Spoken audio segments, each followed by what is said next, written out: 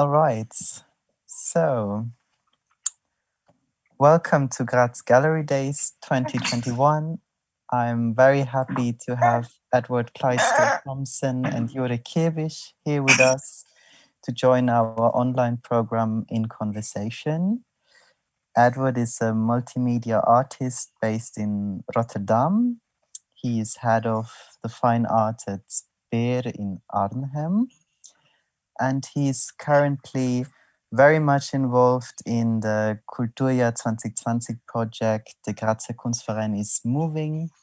Der Grazer Kunstverein zieht at Grazer Kunstverein. They will be relaunching their depot during the gallery days. And he'll be talking to Jure Kirbiš, who is a curator based in Maribor. He works there at the Umetnostna Galeria. Welcome to both of you. So nice to have you here. The stage is yours. I'll disappear. Thank you. Hi, Edward. Hi, Jure. Hi. We haven't met. But may I introduce myself very briefly? I'm, as Marcus said, a curator at the Maribor Art Gallery. And Maribor is only a stone's throw away from Graz. So I'm very curious about what's happening in Graz. I follow the Graz art scene as much as I can. I go to Steirische Herbst. I go to see exhibitions at the institutions, at the galleries. And we also, my gallery collaborates sometimes with galleries in Graz. Most recently, we did a show together, a kind of mid-career show of Meta Grgurević at the Künstlerhaus Graz. And that was great 2 years ago.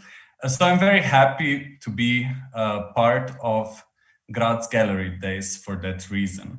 And I find that Graz and Maribor are different in some ways and similar in others. And one of the ways that we are similar is that we are both second cities in our respective countries. And I have a soft spot for second cities, of course, coming from one. And I feel that second cities always or often have something to prove, for better or worse, both in cities, as cities in general, but also on the level of the art scene. I think there is a certain drive as second cities, a certain hunger, and maybe even a chip on our shoulder. But I am from Maribor, I'm not from Graz, and neither is my guest, the artist Edward Clydesdale Thomson. So I'm kind of curious, but also very excited that we were outsourced in some way to discuss a very Graz-themed project. Of course, I'm only an outside observer to this, but Edward is the man behind the project Grazer Kunstverein is moving, which took the program of Grazer Kunstverein last year beyond the gallery walls and into the 17 districts of Graz. And it involved many artists and other partners. So, Edward, my first question, which I find is quite obvious, is how did you get involved with this project in Graz, not being from Graz, and how familiar were you with the 17 districts of Graz going in? Well, I had been involved with the Kunstverein before when its current director, Kate Strain, took over. She invited me to be part of their first season of programs. So I did a very small solo show right at the beginning at fairly short notice, but it was of existing work. So that was sort of okay. But we had begun already before that a kind of a conversation, and certainly through that show and in relation to a project I was doing in Amsterdam at the time called Wild Care, Tame Neglect, we began a conversation about trying to do something not necessarily similar, but trying to do something in Graz. So we had a lot of different ideas. Most of them, or all of them, were kind of durational ideas. So longer term projects, making a garden inside the Kunstverein, literally moving it to a different place. All kinds of different sort of projects were emerging around the idea of what does it mean to around the context of kind of what an institution is, where is it located, and how does it relate to what is around it. So we'd been talking about it from that perspective. Graz, as I said, I'd been there for the install of this previous show, but I didn't know it well at all. Because I'd only been there for a week for the install, and then I didn't know it had the 17 districts, at the beginning. And I mean, the first idea was really to move the Kunstverein, to move it to a different location, and to do that as a project. But the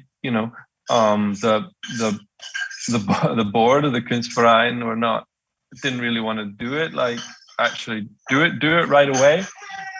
So then this idea of a feasibility study, then that sort of came up, So instead of actually from the beginning saying, okay, we're going to do it, the question was, well, more, what does it mean to do it?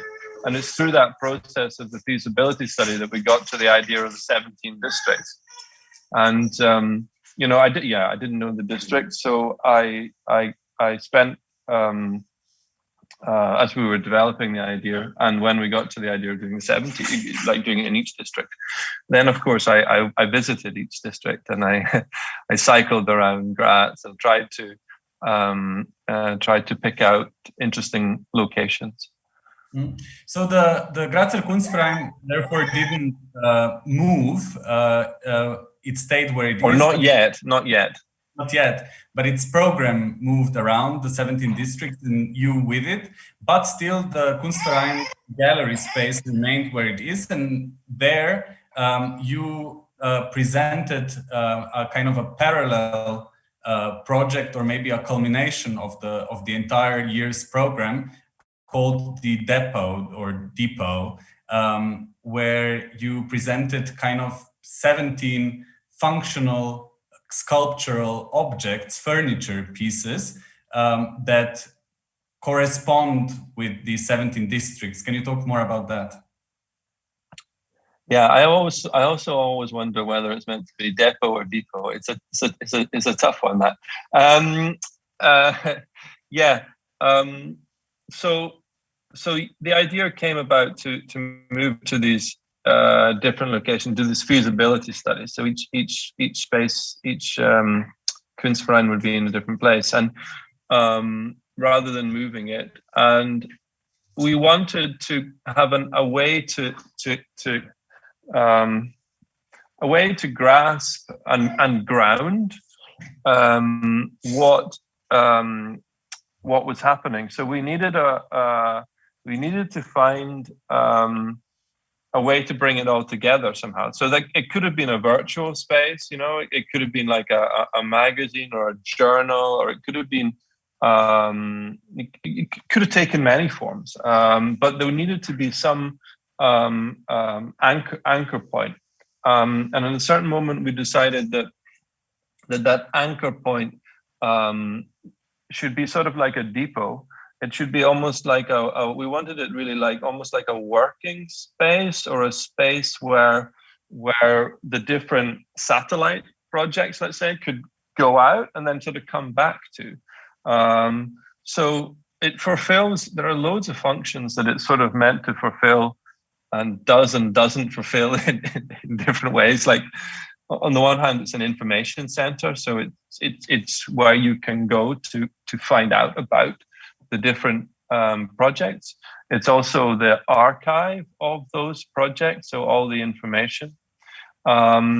It's also a place, it's like an office, like a place of work somehow. So if the idea being, or this obviously didn't happen because of COVID, because most of the artists couldn't come, But the idea being was that it would also be like a temporary studio for the artists to prepare in the days before their event, you know. So there's tables, there's chairs, there's kind of I kind of felt like it was a sort of almost like a backstage, almost like a rehearsal space, like a dressing room somehow for the kind of behind the scenes of what happens out there. And so it's meant to be this sort of glimpse of behind the scenes, and you know, much like a behind the scenes sort of dressing room, where you also get a glimpse of what happened before on stage through the props or through the leftovers of what is there. I kind of started to imagine this space a little bit like a dressing room, like a theatre dressing room. And actually, I used that metaphor quite literally in the choice of objects that I put in there.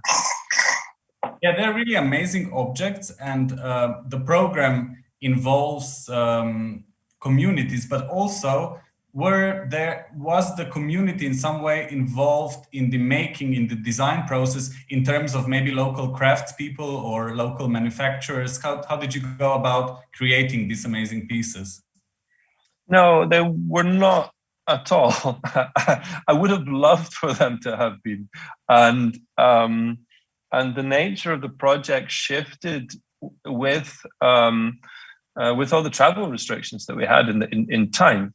So in the beginning, I had planned to spend much more of my time actually based in Graz. So many of the pieces would have been made there. In the end, I produced everything here because it was impossible to do that. So I produced everything in my studio. I have a studio in Dordrecht. So we made all the pieces here. Of course, all the references, all of the things that are encoded in the different materials and the different forms are all coming from Graz, but the actual production was all done here.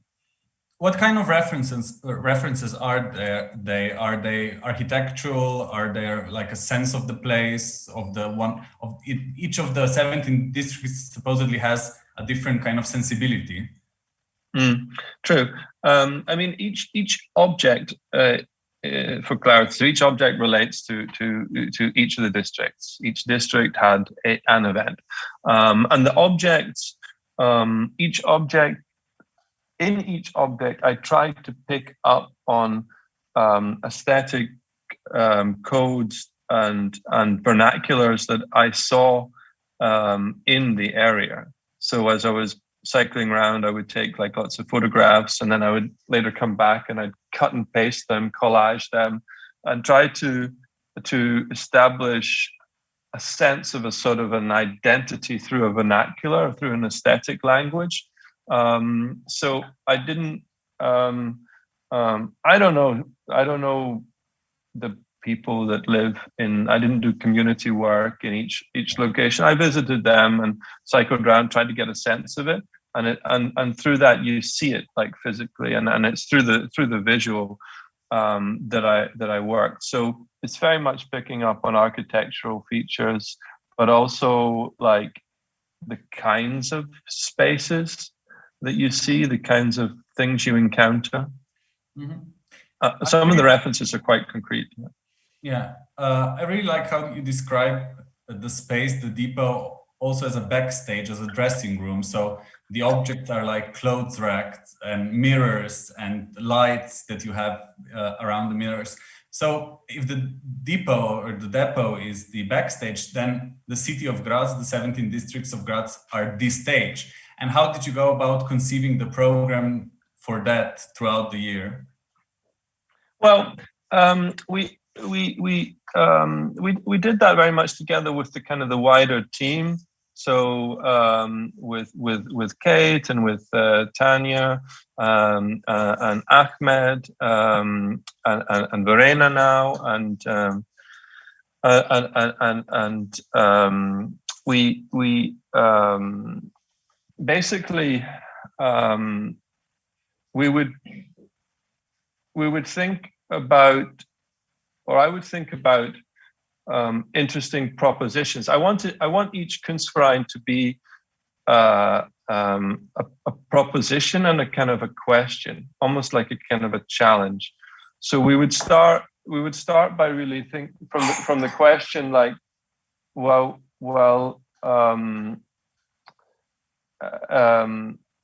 say for example, what would happen if the Kunstverein would be like a kind of a sort of epiphytic orchid, like something that lives within something, not necessarily taking from it. So this idea informed things like what we did with Belinda Kasim-Kaminski in the library, where we come into an existing organization. So what happens if the Kunstverein is an organization that lives in other organizations? That's really the question there. The same in the botanical gardens. What happens if the Kunstverein sort of inhabits another organization? So it doesn't have a physical space, but it occupies other spaces. Yeah. And so with those two events, for example, that started from this question of a Kunstverein that wasn't physically located, but was institutionally located. Is it a symbiosis, or is it a parasitism of some sort, maybe? Well, that's the kind of that's the question, of course, and you know, and I like to think of it more like an epiphytic orchid, which lives from what's there, but without it necessarily being taking from it. But but more than a question, I want them all to be propositions. That's why we're trying it. That's why we're doing it, you know. And I think, you know, I think certainly with those events, with what Belinda did, and what we're doing in with the exchange, with the botanical gardens, there's an interesting relationship that gets set up there. So with all of them, it sort of started from a question of the nature of how you would the very essential nature of what such an institution is, and then we looked for locations, and then we looked for artists, and we asked the artists not really to respond to the question what would happen, how would you put a Kunstverein in here. We asked the artists really specifically to bring particular projects. So we curated the projects that happen within the particular locations, because we think that those were projects that could work in parallel with that. Yeah, you talk about specificity, and I think specificity can be quite universal. And this project, it's kind of an experiment, it's speculative, and it's asking the questions, where can art take place? And not only where can art take place within Graz, but in what sort of environments it can take place. And what have you found out from your experiment?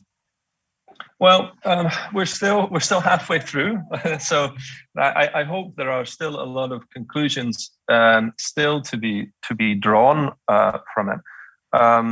But I certainly I certainly think that there is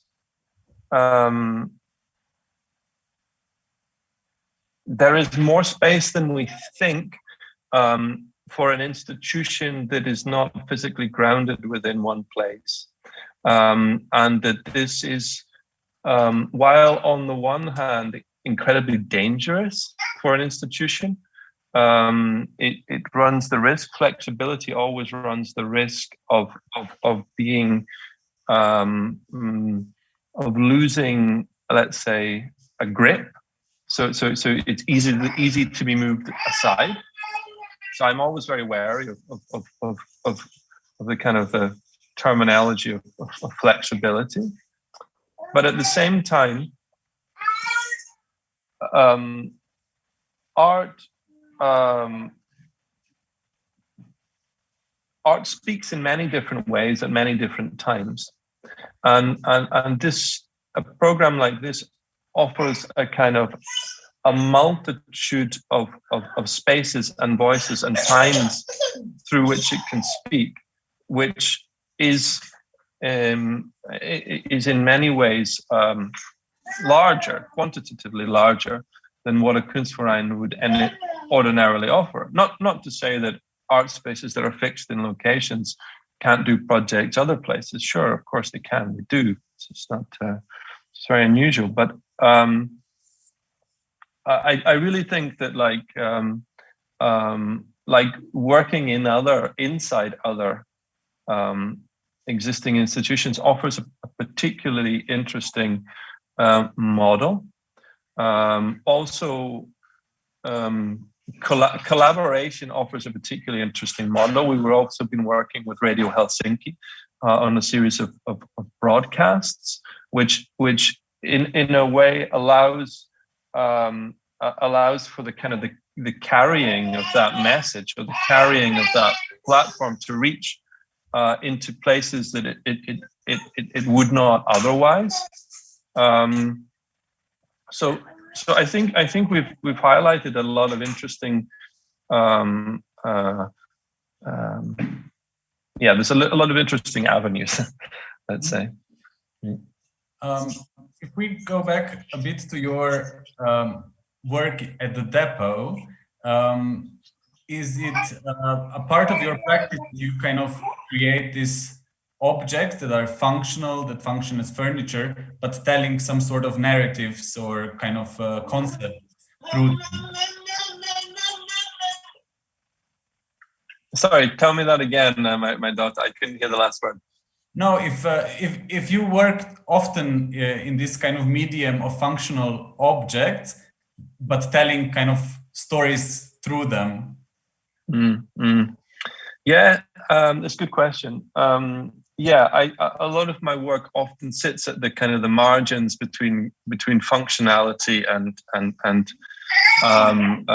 something that is either absurd or has a particular or doesn't function, but let's say I use functionality like as a carrier to tell other stories. So I've worked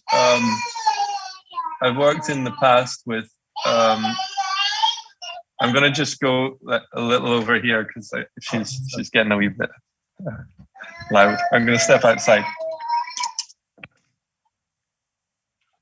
So, for example, I've worked a lot with wallpapers. I've done a lot of wallpapers before, which you could say is I think it's a functional object anyway. I've made clothes racks, dressing screens, some of which are in the show, but I was also making them before. I enjoy the kind of the challenge of and the kind of constraints of the idea of something functional, and through that it allows me a lot of space to open that to other either narratives or processes or questions. And what are the future steps still coming up in the project? Well, we have quite a few different Kunstvereins still to go. One, we have Lucas Messner is doing a project in the Urwald, which is a kind of a sort of old forest area, as the name suggests. And this is going to be an interesting kind of semi-permanent work. I mean, it's not permanent, but it will be there for a longer period of time. I think it will be there to somehow disappear. And it will be quite a hidden work. It's not a space that they want a lot of people to come and visit. So it's going to be a work that people will encounter when they're hiking and walking through these spaces. There's a work that just opened, or is it opening this week? From Dennis McNulty, which is a sound piece, and where you can. It's a geolocated sound piece. He's a sound artist, and it's an audio tour. It's in Andrej, and so as you wander around Andrej, you can hear this. It's almost like a kind of a transportation of a kind of audio walk. So you walk around and different audio pieces will come. Then we're working with the Marcus Jezerink and the Breathe Air Collective, and they're doing a pavilion, a kind of climate awareness pavilion to do with air, and that's right in the inner city, right at the square near the Kunstverein. And we're working together with them and with a sustainability analysis, and we're doing an analysis of the Kunstverein's how sustainable or unsustainable it is. It's energy use. It's an energy analysis, and we're going to be having a kind of an event inside his event, another kind of parasitic sort of event, if you want, or epiphytic. In this event, we'll be looking at art practices and from the question of energy use. And there are a couple more. So we're right in the middle of the different programs. We just finished a workshop that was meant to relate to Puntigam, and it was meant to be a building workshop, an improvisation workshop using different kind of found and recycled materials there, that I was leading together with a group of volunteers and students. But with the COVID, we decided to move it online. And so we built together in a game engine called Unreal. We built a kind of a world, a virtual. We were kind of riffing on the idea of a shelter. There's a really beautiful essay in this kind of book called The Office of Soft Architecture by Lisa Robertson, and she writes about shacks as this kind of the sort of first architecture of the shack, and it's a very beautiful kind of riff on what a shack means. And I sort of used that. I transformed the shack to shelter, and we kind of used that essay as a starting point to think about what does a shelter mean for us. It sort of relates to another body of work I was doing, where I was making baby cribs to withstand different climate crises. So cribs for my daughter. I made one for the flood and one for the drought. And it's kind of I wanted to kind of take that idea further with this group. But then what was really interesting was that everybody kind of had their own thinking about what shelter is that really related to their own preoccupation. So for me, it was always related to kind of climate catastrophe. But for many people, it was always related to the kind of contemporary condition. But for many, it might have been to do with anxiety, or for others, it was to do with the kind of the pressures of today. And so very different perspectives of what shelter was. And this all came together in this game. And this game is going to be online, so you can download the game and then you can play the game by exploring this kind of crazy hybrid shelter that we built with all these ideas. Yes, so it seems like you're addressing obviously different audiences, different age groups, also through different environments, physical and in virtual space. And I was wondering if you found that through all of those different audiences, is there something particular that you observed in Graz, how Graz responds to contemporary art? Well, most of my experiences have been through the Kunstverein, and of course the Kunstverein as a kind of organization has members, and that's what's kind of unique about it, but also weird and crazy and interesting.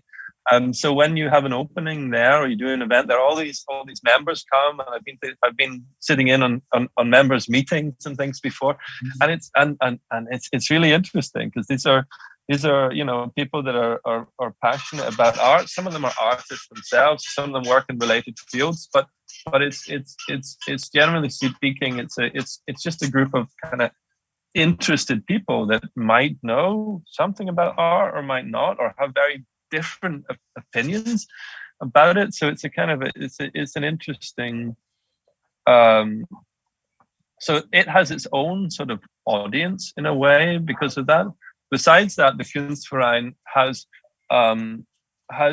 I mean, there's no art academy in Graz, so there's not so many kind of young artists that are around, and this is a bit of a problem in my opinion for the city. It really should have at least a small art academy, and so there are students that come through or young artists that come through from from Vienna and stuff, because you can get the bus and train or whatnot, but it's not. There's not that many. My impression is there's not so much audience considering the amazing amount of institutions that are there, and the amazing amount of things that happen there. I mean, they have the what is it? The Steirische Herbst, incredible. Like they have the Kunsthaus, the Kunsthalle, the Kunstverein. They have there's so many very strong, really good institutions there. And I kind of feel like that it would be nice if there was a larger audience somehow. I think the people I've met in Graz are all there is you sense an interest or a kind of a question or when we've been in contact with people trying to work in the locations, we've of course sometimes you meet with resistance, but we've met mostly with quite an openness and a willingness and a kind of want to participate. But then a lot of this year has been sort of tainted by the fact it's been so kind of stop-start in terms of what you can have as an audience, and I think that's changed things a lot. And was this project Grazer Kunstverein is moving conceived pre-COVID, or was it? Yeah, so that's interesting because it's actually doing what a lot of institutions kind of struggled following the emergence of COVID, going out to meet people. Yeah. No, it was planned long pre-COVID. So we started planning it in we started at the start of 2020, but we were planning it for over a year beforehand. And we've also of course had to adjust our plans very, very much. But indeed, like everybody's had to adjust them now. Mm-hmm. So Grazer Kunstverein is moving is a statement with an exclamation point at the end. Not a question, but is Grazer Kunstverein actually moving, and what's maybe something that comes out of this project for Grazer Kunstverein? Well, I would hope that it gives a kind of like I said at the beginning, we see it really as a feasibility study and a kind of a question we see it as a proposition, and in that proposition is a kind of a challenge or a question to go out and move and do it. And so it is a question to the Kunstverein. It's a question to the Kunstverein, or a challenge to the Kunstverein as to where to go next, what to do next. And that is, there are material issues around space for a small art institution like the Kunstverein, who wants to be a producing institution, not just a showing institution. So they want to produce artworks for the shows that they make. Mm-hmm. And it's quite a big space to be able to do that in. That requires resources, not just in terms of production budgets, but also in everything that goes around that to be able to do that. And so this is a kind of the question of should you move the Kunstverein? Should it be in a smaller space? Should it be in a different space? This is something I think we always thought of this as a kind of a document to hand over to the Kunstverein for them to kind of think about, well, where do they want to go with it afterwards? In a way, we also kind of thought about it as sort of the outgoing director Kate's sort of parting gift for her incoming a successor. And this sort of this document of, well, these are possible locations, you know.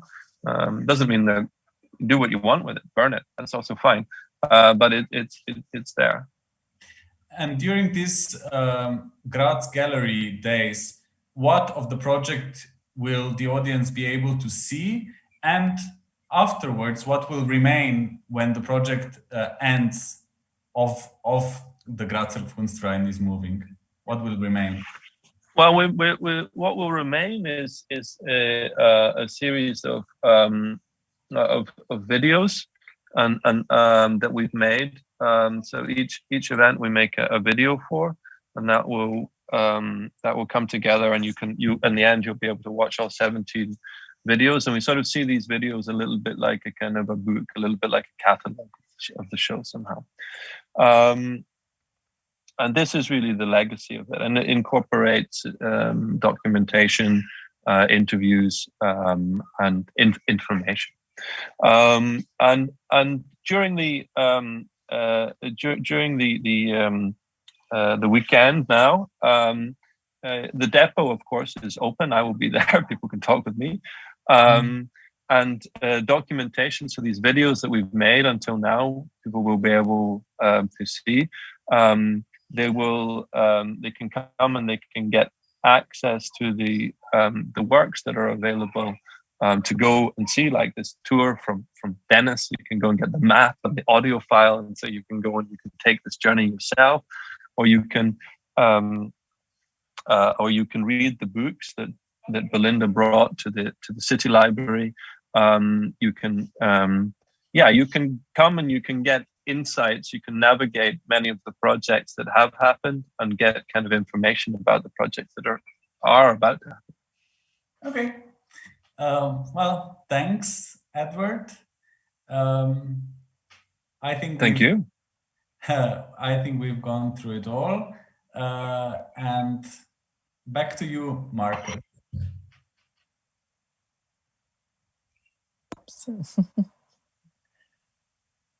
Thank you. Hvala lepa, Jure. Thank you. It was very nice listening to you.